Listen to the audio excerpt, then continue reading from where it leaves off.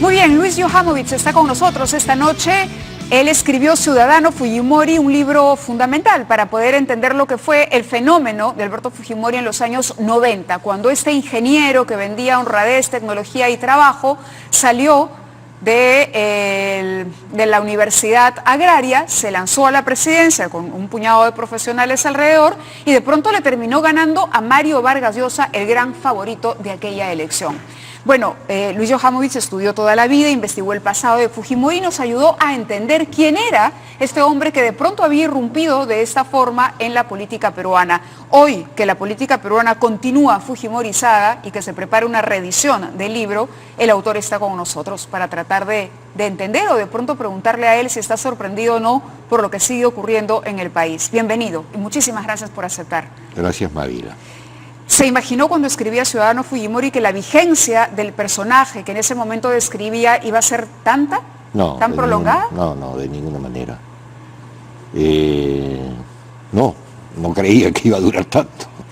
¿Qué pensaba de Fujimori? ¿Acabaría el mandato de repente a los 5 años y se retiraría como un buen presidente? Porque en ese momento todavía no se veía la figura de Montesinos, ni se conocía de la influencia, ni habían pretensiones, por lo menos en los primeros años, de una reelección y menos de una reelección. Sí, no se hablaba de eso. Todo eso es historia posterior.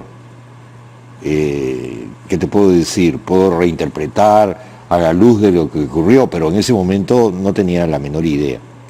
¿Y qué piensa hoy que esto finalmente se concreta? Bueno, que estamos así, que esas son nuestra realidad. Es un poco lamentable, no se pasan las páginas, seguimos revisando más o menos lo mismo, no hay renovación, es lamentable, ¿no? Si tuviera que escribir la segunda parte de Ciudadano Fujimori, ¿dónde empezaría el libro? ¿Y dónde terminaría? Bueno, en realidad falta mucho. La misma biografía de Fujimori está puesta así con alfileres, ¿no? Ese es el trabajo que alguien tendrá que hacer, un historiador en el futuro, con más calma. A mí me interesaría, me atrae, incluso los años del poder, hay vacíos, cosas que no tenemos ninguna información, ¿no? Por ejemplo, la relación con Montesinos, un tema crucial en la historia de Fujimori. Ni Montesinos ni Fujimori han mencionado nada, es como si no hubiera existido esa vinculación. Se habla de un gran secreto, de una forma de chantajear a Fujimori que tenía permanentemente Montesinos, que era o por un dinero, pero en efecto hay muchas especulaciones y muchas hipótesis lanzadas, pero no hay una historia documentada al respecto. Ni ninguna mención de los dos. Yo no creo en esa versión de un chantaje. En todo caso, las causas de chantaje serían interdiarias, trabajando los dos juntos, viéndose uno al otro. No, creo que había una complicidad psicológica, emocional, intelectual, no sé cómo considerarla, pero que había una complicidad. Y lo que llamó la atención es cómo han silenciado eso, ¿no? Fujimori no ha hablado nada, absolutamente. Montesinos sí, en un momento, en el juicio, hizo algunas declaraciones, pero rápidamente reculó y después no dijo nada, ¿no? Se trata de dos personas que han estado juntas durante 10 años, trabajando juntas todos los días. Entonces, ahí hay una montaña de cosas por saber y por investigar. Y en general Fujimori me parece una persona suficientemente interesante, ¿no? Hasta los años en el Japón. ¿Qué hizo en el Japón? ¿Quién era Satomi? ¿Y por qué vino? ¿O por qué regresó a través de Chile? También. Porque si se hubiese quedado en Japón, digamos, hasta ahora estaría ahí. Sí, sin duda. ¿No? Sí. Es decir, ¿alguien lo convenció o él no pudo resistirse al retorno? No lo sé. No lo sabemos. Pero fue no un desastre, ¿no? Claro, y no hay nada en los años anteriores, en los años que investigó a Fujimori, que pueda de alguna manera ofrecernos luces sobre esas preguntas abiertas. No veo la relación directa. Antes era un señor común y corriente, un profesor de la universidad, un burócrata, cuando ya se metió a la política universitaria, Para nada, es como que hubiera nacido de nuevo, totalmente diferente ¿A partir del poder? A partir del poder, de 1990, ¿no? ¿Eso explica incluso la separación de Susana Higuchi? Probablemente es una prueba de cómo el poder los cambia y es incapaz de mantener una coherencia con su pasado, ¿no? Porque el libro es una biografía, pero entiendo que en algún momento usted sintió que contribuyó a ayudar a construir una imagen política de Fujimori, porque era una explicación del fenómeno. Eso me han dicho, pero, o que yo he dicho, y tal vez es verdad que lo he dicho, ¿no? Pero no creo, la verdad. ¿Cuánto puede influir un libro? ¿Cuál es su influencia? 2 minutos en televisión no es mucho más influyente que un libro. Frente a la catarata, la montaña de información, ese libro se escribió después de la captura de Ismael, después del autogolpe, antes y después, ¿no? Pero en ese momento. ¿Qué podía influir un pobre libro, ¿no? ¿Hasta ese momento sentía alguna admiración por Fujimori? Sí, no, admiración no, interés, atracción, ¿no? A mí me deslumbró la elección del 90. Yo creo que fue una rebelión electoral, ¿no? Estaban todas las condiciones puestas para que ganara Vargas Llosa y casi de la nada, en 15 días, por generación espontánea, por el aire, Fujimori aparece y cambia el panorama. Eso me pareció muy sorprendente, ¿no? Y ¿no? fue así de rápido, ¿no? 15 días. 15 días, la primera quincena de mayo del 90, ¿no? Eso claro, me atraía mucho. Sí, yo recuerdo que veía el cartel de este ingeniero agrónomo en la avenida Javier Prado antes de llegar a la Universidad de Lima y que mi padre, entonces vivo, me decía, pobre chino, sí, ¿no? Gastando su plata en un tremendo cartel cuando no tiene ninguna opción para ser presidente. Sí, yo algo también ¿no? así recuerdo. Y 2 semanas después era el tsunami Fujimori. Ahora, ¿cómo ve a Fujimori hoy? ¿Le parece igual de atractivo o más bien se ha deslucido, ha perdido brillo ese personaje en este momento? En realidad Fujimori ya terminó. Es una sombra, es lo que quedó. Entonces, quienes dicen que Fujimori está detrás, que él ha tramado esta pelea detrás de sus hijos y que él es el consejero en la sombra y el que arma la estrategia y va a manejar los hilos políticos del partido, no es del todo creíble para... Yo no lo creería del todo, ¿no? No se puede tampoco estar muy seguro nunca con Fujimori, pero... El personaje con vida activa yo creo que está totalmente en el pasado. Alguna influencia tendrá, sobre todo con sus hijos.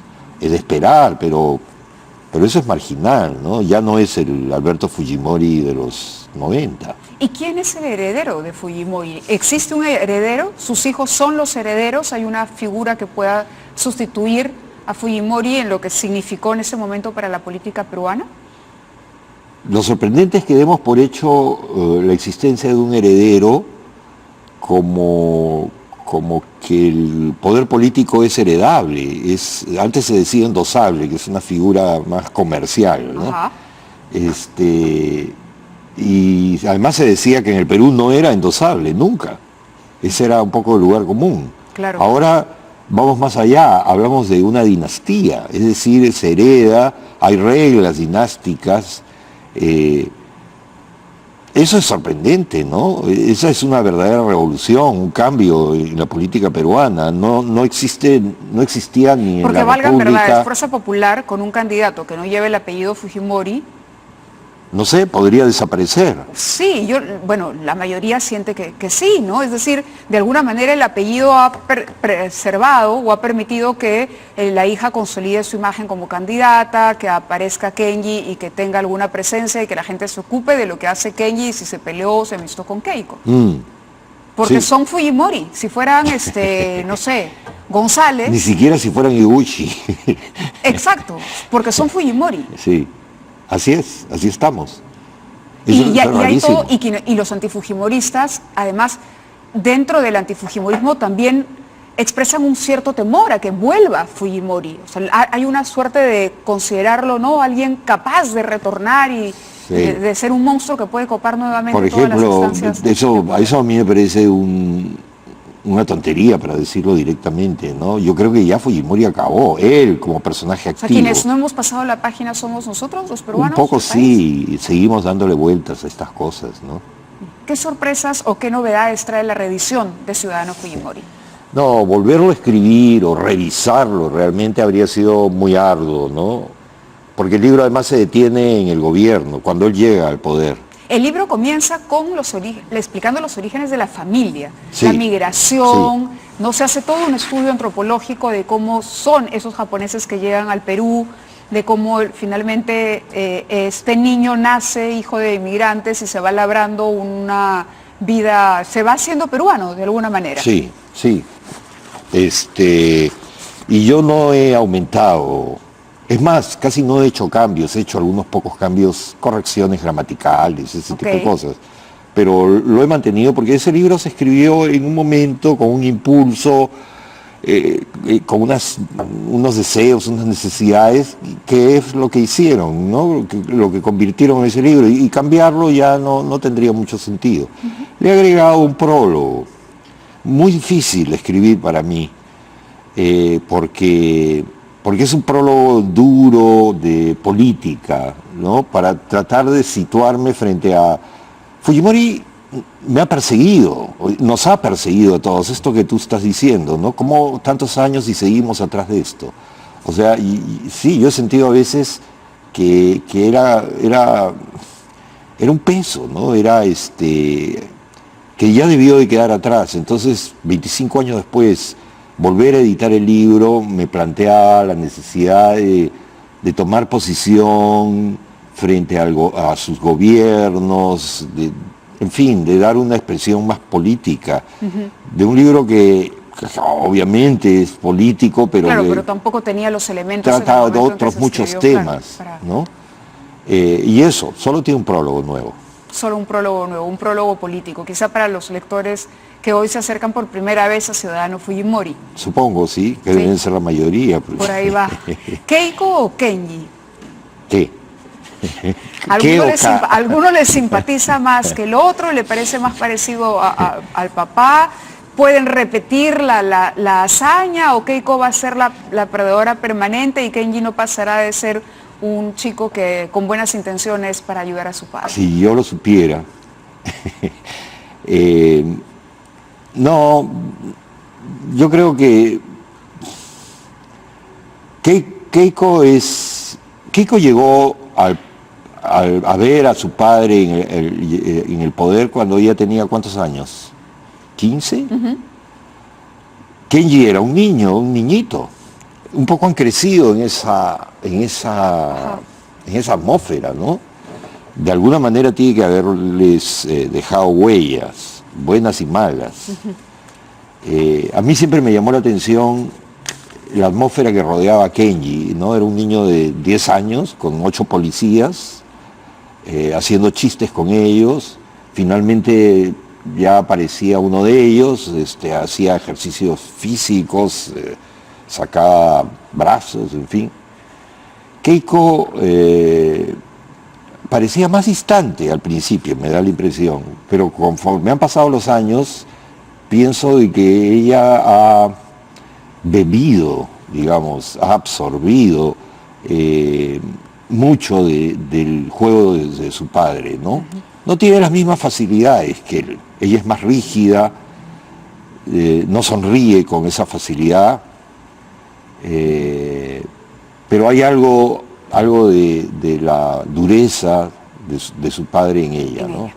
Muchísimas gracias por haber estado con nosotros y estamos atentos entonces a cuando salga ya a la venta la reedición. ¿Cuándo será esto? En 15 días, 15 días. Un mes, 20 días, algo así. Perfecto, estaremos ahí entonces. Vamos a la pausa y regresamos.